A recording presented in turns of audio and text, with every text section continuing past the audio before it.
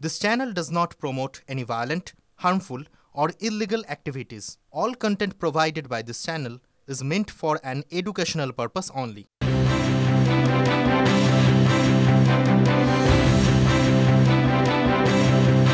এই মুহূর্তে আরও একটা বড় খবর আপনাদের সামনে তুলে ধরবো। প্রাথমিকে 23,415 জন শিক্ষকের বদলির সিদ্ধান্ত শিক্ষা দপ্তরের।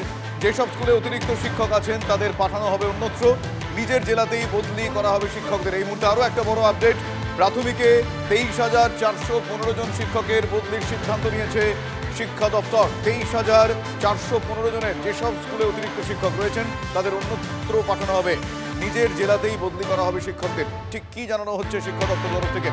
আমার সহকর্মী সুমন মহাপাত্র এই মুহূর্তে রয়েছে। সুমন, এই সিদ্ধান্ত ব্যালেন্সের একটা সিদ্ধান্ত বলে মনে হচ্ছে এখনো পর্যন্ত, যেটুকু আমরা জানতে পারছি। কি কারণে এই সিদ্ধান্ত, এখনো পর্যন্ত কোন কোন শর্তাবলী এক্ষেত্রে প্রযোজ্য থাকছে?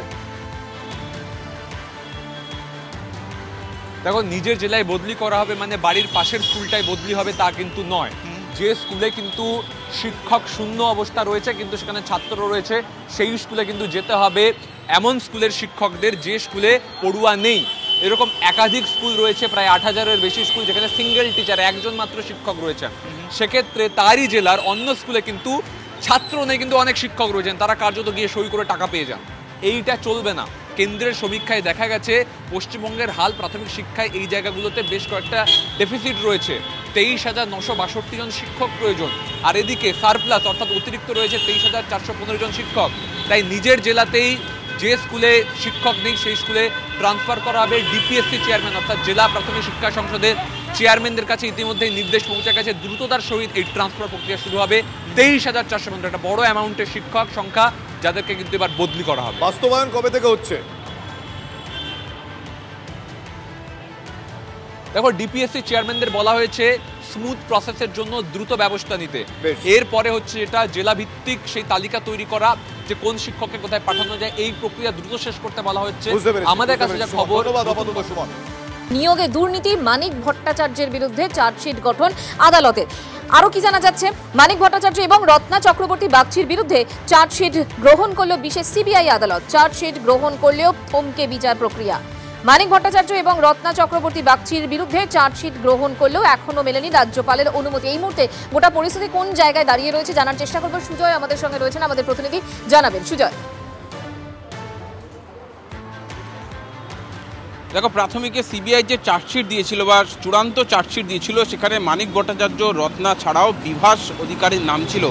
বলা ভালো আজকের পর থেকে বিভাস অধিকারীর আরও বিপদ বাড়লো, সেটা বলা যায়। তার কারণ আদালতে আজকে যখন চার্জশিট আগেই জমা পড়েছিল, বিশেষ আদালতকে আজকে সেখানে চার্জশিটের রেকর্ডটা যায়।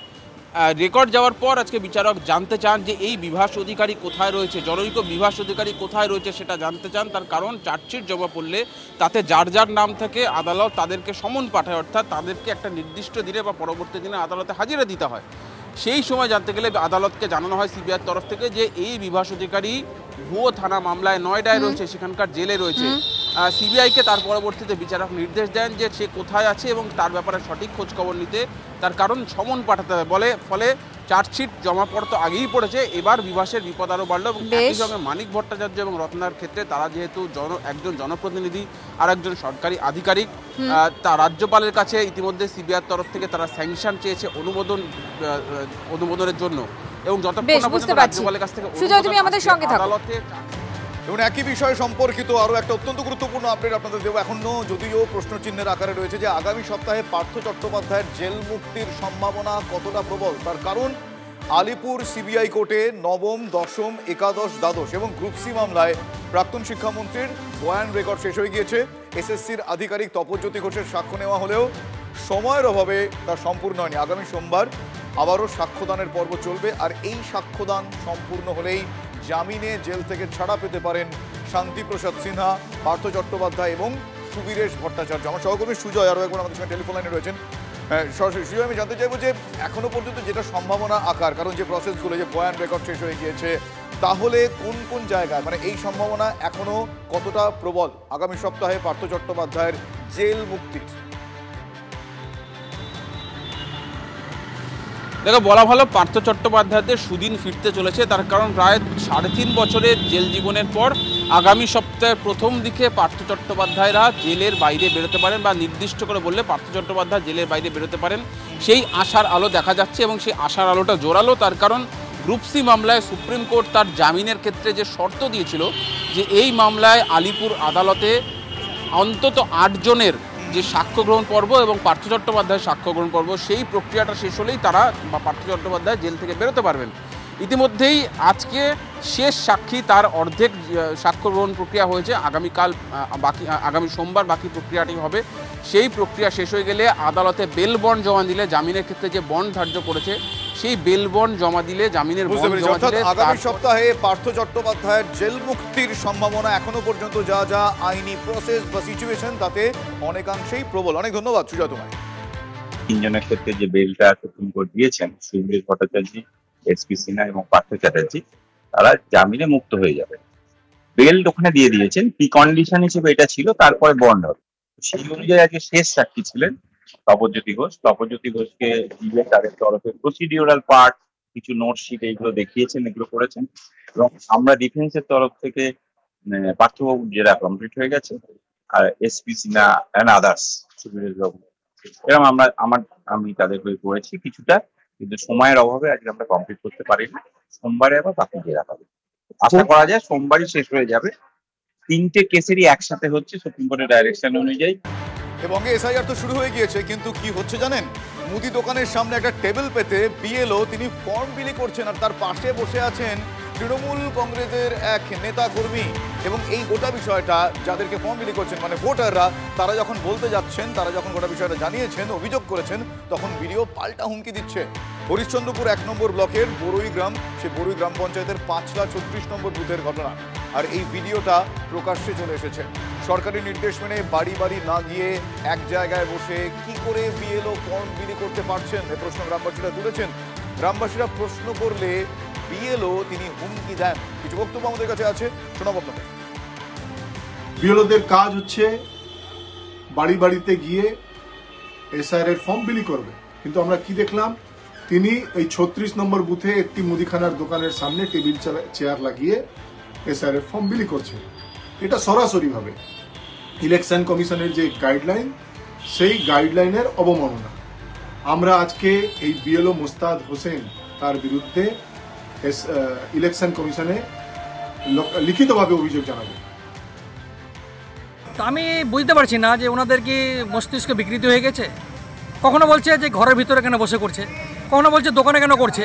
আরে বিএলও সাহেব, একটা বুথের যে এরিয়া থাকে সেখানে 1000-1200 ভোটার থাকে, উনি তো বাড়ি বাড়ি যেতে হবে, এটা তো ইনস্ট্রাকশন আছে ওনাদের। আর বিজেপির না কোনো কর্মী না কোনো লোক, খালি বসে ওই 4 জন আছে একটা বিধানসভাতে বসে ভাষণবাজি করার জন্য, ভুলবার যত পারছে টিএমসি বদনাম। ছবিটা দেখলেন কিভাবে টেবিল পেতে BLO enumeration form fill up করছে। নির্বাচন কমিশন স্পষ্ট করে জানিয়ে দিয়েছে এসব চলবে না, যেখানে সেখানে টেবিল পেতে এনুমারেশন ফর্ম দেওয়া যাবে না। এবং এক্ষেত্রে জেলা শাসককে নজর রাখতে হবে, কড়া নির্দেশ নির্বাচন কমিশনের তরফে।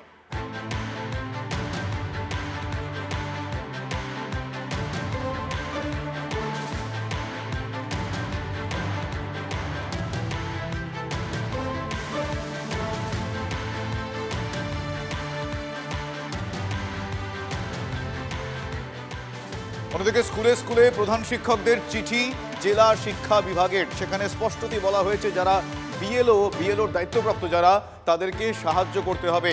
চিঠিতে এই নির্দেশ স্পষ্ট করে দিয়েছে জেলা শিক্ষা বিভাগ।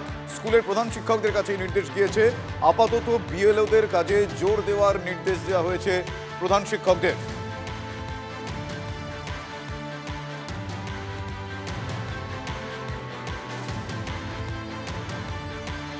মুখ্যমন্ত্রীর এনুমারেশন ফর্ম নিয়ে বেশ কয়েকটা প্রশ্ন তুলেছিল। এখান থেকে তাদের নির্বাচন কমিশনের থেকে স্পষ্ট জানিয়ে দেওয়া হয়েছে প্রধানমন্ত্রী এবং মুখ্যমন্ত্রী এবং অবশ্যই যারা এমপি এমএলএ রয়েছেন তাদেরকেও এনুমারেশন ফর্ম ফিল আপ করতে হবে না। এক্ষেত্রে উল্লেখ্য যে নির্বাচন কমিশনের যে নিয়ম রয়েছে সেই নিয়ম কিন্তু সাংসদ এবং বিধায়কদের ক্ষেত্রেও প্রযোজ্য। মার্কড ইলেক্টরের তালিকায় প্রধানমন্ত্রী মুখ্যমন্ত্রী থেকে সাংসদ বিধায়ক। নির্বাচন কমিশনের কাজ নির্বাচন কমিশন করছে, আমি রাজনৈতিক দলের কর্মী, সাংসদ হলেও আমি আমার কাজ করব। মানুষ যাতে ফর্মগুলো ফিল আপ করে, বিএলওদের সঙ্গে সঙ্গে আমাদের বিএলএরা যাতে যায় সেটা দেখবো।